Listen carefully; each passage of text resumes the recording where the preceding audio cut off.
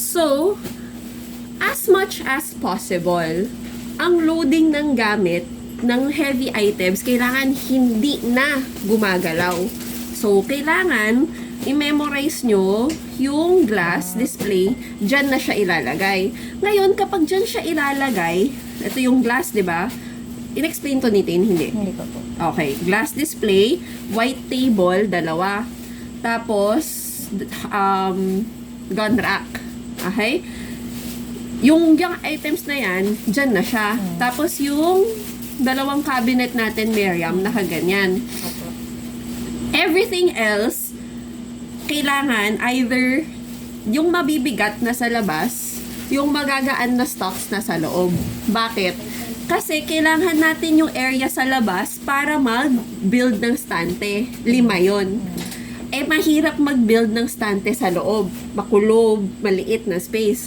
So, again, paglagay ng gamit, lahat ng glass ay, lahat ng magagaan, pasok nyo sa loob. Mesh, yung mga mesh screen, try nyo ipasok. Kunwari, dito siya nakasandal. Yung mga, lahat ng duffel bags natin, ilagay nyo sa loob. Hanapan nyo ng pwesto. O, lahat ng Icarus dito lang tapos lahat ng Vulcan nakaganyan. Mag-usap na lang kayong dalawa. Tapos, yung stante sa labas, ginagawa natin. Pwede kayo sa aisle magtambay. Habang wala pa yung truck, mag-build na kayo ng stante with the boy. Ngayon, kada buo ng stante, papasok nyo na sa loob. Okay.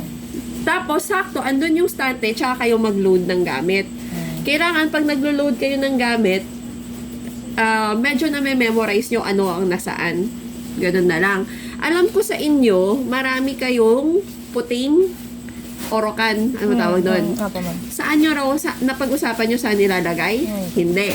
So, yung mga puting orokan, pwede nyo ihilera dito. Okay. Kasi hanger rack, gun rack lang naman yan eh. Hindi nyo masyado kailangan to.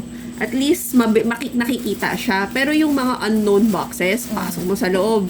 Kasi ang problema, pag niload mo lahat sa labas, magtatapakan tayo, may hirapan tayo, ha? So, again, glass display, dapat nasa labas.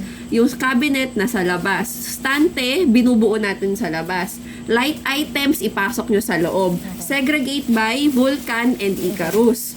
Tapos, habang hinihintay si L3, magbuo ng stante, yung shelf natin, kada buo, tsaka nyo ipasok. Sa 5 shelf, isa lang yung hahati. Isa, which is Icarus. 2 dapat to sa Icarus. Okay? Tapos, unti-unti nyo napapasok. Kung pwede, meron kayong mahiwagang masking tape, saka pentel pen, para kapag nag-label, pwede nyo i-label, kunwari, anong nasa laman ng stante na to.